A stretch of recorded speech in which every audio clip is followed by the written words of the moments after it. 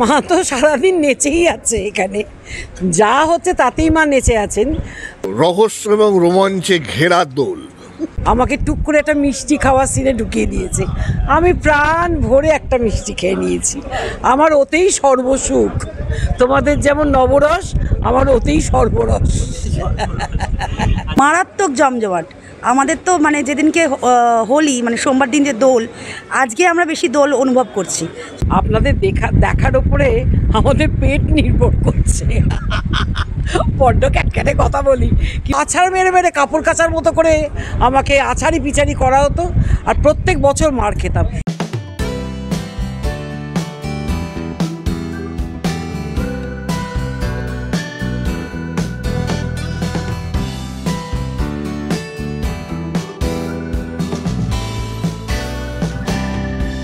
মারাত্মক জমজমাট আমাদের তো, মানে যেদিনকে হোলি, মানে সোমবার দিন যে দোল, আজকে আমরা বেশি দোল অনুভব করছি, মানে দোলের উৎসবটা অনুভব করছি।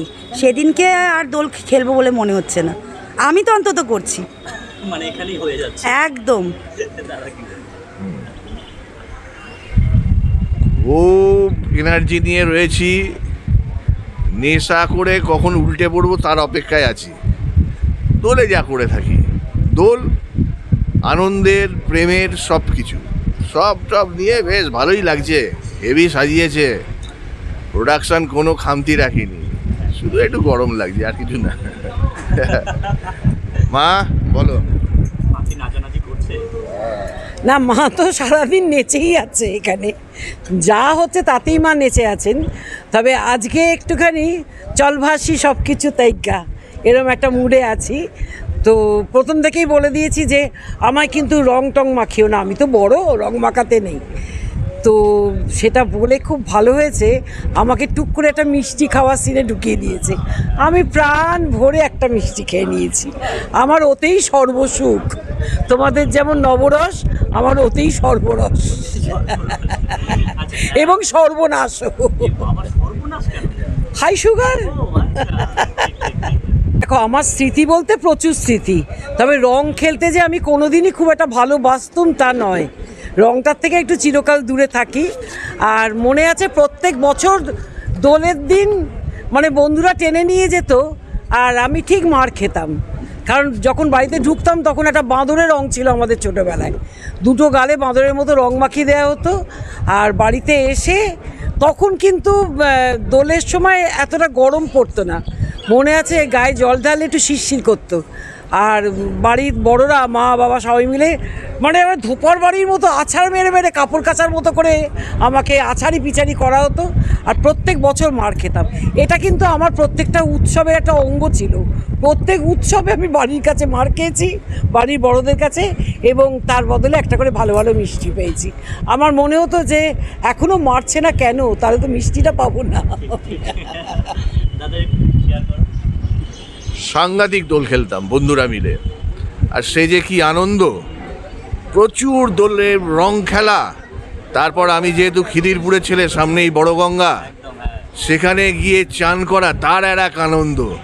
তারপরে সেই রং তো উঠতো না, অনেকটা রং থেকে যেত, তারপর বাড়ি আসা, আবার মা নতুন করে কেরাসিন তেল দিয়ে মুখে ন্যাকড়া দিয়ে ঘষে আবার একবার এক দফা চান, তারপর বিকেলে পিকনিক বন্ধুরা মিলে। Oh, that was a splendid time. মানে কোনো দিন এখন সেই রকম রং খেলছে চোখেও পড়ে না, সবাই হিজিস হুজুজ হয়ে গেছে, সবাই নিজের এখন তো আর সেভাবে জমাটিভাবে পাড়ায় মেশা টেশা হয় না, যে যার মতন রয়েছে, ফলে যে যার হয়তো প্রাইভেট একটা স্পেসে রং টং খেলছে কি কোথাও আবাসনে, কিন্তু এখন টিভিতে বসে দেখতে ভালো লাগে, ওটাই এখন আনন্দ হয়ে গেছে। আর নিজে সেভাবে খেলতে পারি না, তবে সে দিনগুলো খুব মিস করি। ছোটোবেলায় রং খেলার কোনো স্মৃতিই আমার নেই, কারণ বাবা প্রচণ্ড অপছন্দ করতো রং খেলা। বাবা কী করতো, দোলের দিন তার আগের দিন কিন্তু বেলুন ফেলুন কিনে আনতো, কিনে এনে ওই বেলুনের মধ্যে রং ভরে দিত, এক গামলা ভর্তি বেলুন, রং ভরা বেলুন, মানে আবির গোলা জল আর কি, যেটা ছাদে তুলে দিয়ে আসতো, আর বলতো নিচ দিয়ে যারা যাবে খেলবে তাদের মাথায় ছুড়বি। কিন্তু তারপরে যদি তারা উঠে আসে, বাবা ছাদের তালা চাবি মেরে চলে আসতো, আমি একাই ছাদে থাকতাম, আমি আর আমার দুটো বান্ধবী ছিল, একই বিল্ডিংয়ে থাকতাম, আমরা তিনজন ওই করতাম। তার বাবাও পছন্দ করতো না, আমার বাবাও পছন্দ করতো না। আমি যত দোল খেলা খেলার মানে আনন্দ উপভোগ করেছি এই বড় হয়ে এই সিরিয়ালগুলোতেই, কিন্তু নিজের জীবনে আর দোল খেলা আনন্দ উপভোগ করিনি। তাহলে গল্পে কি চলছে এখন? গল্পে এই মুহূর্তে এই দোল খেলাই চলছে, তার এর মধ্যেও অনেক টুইস্ট আছে এই রং খেলার মধ্যে, তো সেটা তো তুমি বলে দেবে না, বলা যাবে না। কিছুটা কি বলবো, রহস্য এবং রোমাঞ্চে ঘেরা দোল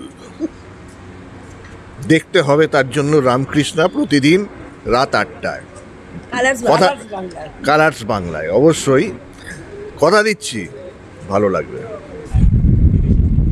বিশেষে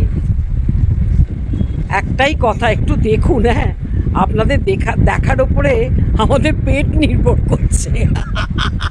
বড্ড ক্যাটক্যাটে কথা বলি, কিন্তু যেটা সত্যি সেটা বললাম। তবে হ্যাঁ, দেখলে কিন্তু ভালো লাগবে, এটাও বলছি, আপনারা একটু দেখুন।